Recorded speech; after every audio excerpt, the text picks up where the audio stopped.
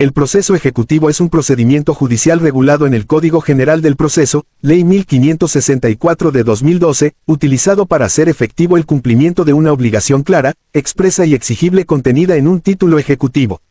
Fundamento legal. El proceso ejecutivo en Colombia está regulado principalmente en los siguientes artículos del Código General del Proceso. Artículo 422, define qué es un título ejecutivo y qué documentos pueden servir como base para iniciar un proceso ejecutivo. Artículo 306, permite decretar medidas cautelares en los procesos ejecutivos para garantizar el pago. Artículo 430, regula la prescripción de la acción ejecutiva y los plazos para interponer la demanda. Artículo 438, establece las excepciones de mérito que puede presentar el demandado para defenderse. ¿Para qué sirve el proceso ejecutivo? Sirve para exigir el pago de una deuda o el cumplimiento de una obligación cuando el deudor no ha pagado de forma voluntaria. Permite al acreedor solicitar embargos y otras medidas para garantizar la recuperación de su dinero o bienes. Ejemplo, si una persona firmó un pagaré y no lo pagó en la fecha pactada, el acreedor puede demandarlo a través de un proceso ejecutivo para recuperar su dinero. Características del proceso ejecutivo. 1. Se basa en un título ejecutivo. La demanda debe estar respaldada por un documento que pruebe la existencia de la obligación. 2. Permite medidas cautelares. Se pueden embargar bienes, cuentas bancarias o retener salarios desde el inicio del proceso. 3. Es más rápido que un proceso ordinario. No se discute si la deuda existe o no, sino solo si ha sido pagada. 4. Puede ser de mínima, menor o mayor cuantía. Dependiendo del valor de la deuda, el proceso se tramita en diferentes instancias judiciales. Clases de procesos ejecutivos. Según el Código General del Proceso, hay varios tipos de procesos ejecutivos. 1. Proceso ejecutivo singular, artículo 422 Código General del Proceso. Se ejecuta sobre bienes específicos del deudor. Ejemplo, un banco embarga el salario de un deudor por no pagar su tarjeta de crédito. 2. Proceso ejecutivo hipotecario o prendario, artículo 467 Código General del Proceso. Aplica cuando la deuda está respaldada por una hipoteca, bienes inmuebles, o una prenda, vehículos, maquinaria, etc. Ejemplo, un banco inicia un proceso para rematar una casa por incumplimiento de un crédito hipotecario. 3. Proceso ejecutivo mixto, artículo 468 Código General del Proceso. Permite ejecutar tanto bienes hipotecados, prendados como otros bienes del deudor. Ejemplo, un prestamista con garantía sobre un carro también embarga cuentas bancarias del deudor. 4. Proceso ejecutivo de mayor, menor y mínima cuantía, artículo 25 Código General del Proceso. Mayor cuantía, deudas mayores a 40 salarios mínimos mensuales legales vigentes. Menor cuantía, entre 10 y 40 salarios mínimos mensuales legales vigentes. Mínima cuantía, inferior a 10 salarios mínimos mensuales legales vigentes. Requisitos para iniciar un proceso ejecutivo.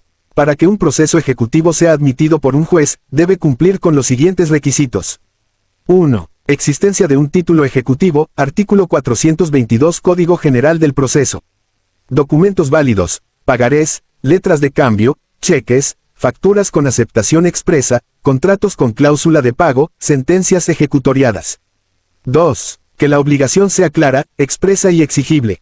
Clara, el monto adeudado debe estar determinado en el título ejecutivo. Expresa, debe constar por escrito. Exigible, debe haber vencido el plazo de pago sin que el deudor haya cumplido. 3. Prueba de la mora del deudor. En algunos casos, se debe demostrar que el deudor ha incumplido el pago. 4. Identificación de bienes para embargar, si aplica. En algunos procesos es importante conocer los bienes del deudor para garantizar la ejecución.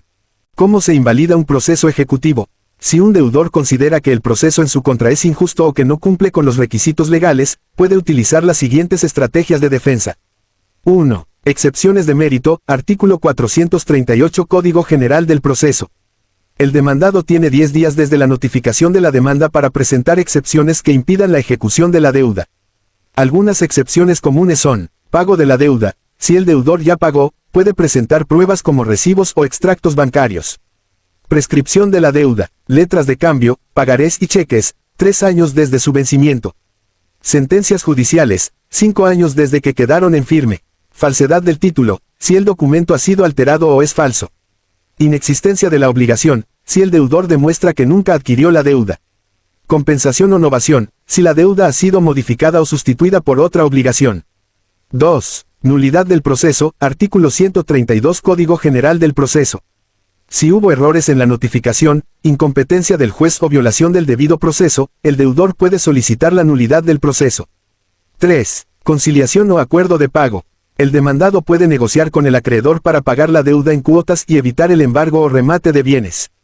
4. Acción de tutela, en casos excepcionales. Si el proceso ejecutivo vulnera derechos fundamentales, por ejemplo, si afecta el mínimo vital del deudor, se puede interponer una tutela para suspenderlo. Ejemplo práctico. Caso 1. Proceso ejecutivo por un pagaré. Una persona firma un pagaré por 20 millones, pero no paga en la fecha acordada. El acreedor lo demanda en un proceso ejecutivo de menor cuantía. El juez decreta el embargo de su cuenta bancaria y su salario. Caso 2. Defensa contra un proceso ejecutivo. Un trabajador es demandado por una supuesta deuda con un prestamista. Sin embargo, el pagaré que presentan fue alterado para aumentar el monto. El trabajador interpone una excepción de falsedad y logra detener el proceso. Conclusión. El proceso ejecutivo es una herramienta legal eficaz para el cobro de deudas en Colombia. Sin embargo, los deudores también tienen mecanismos para defenderse si la ejecución es injusta o indebida. Es clave actuar rápidamente ante una demanda ejecutiva para evitar embargos y proteger el patrimonio.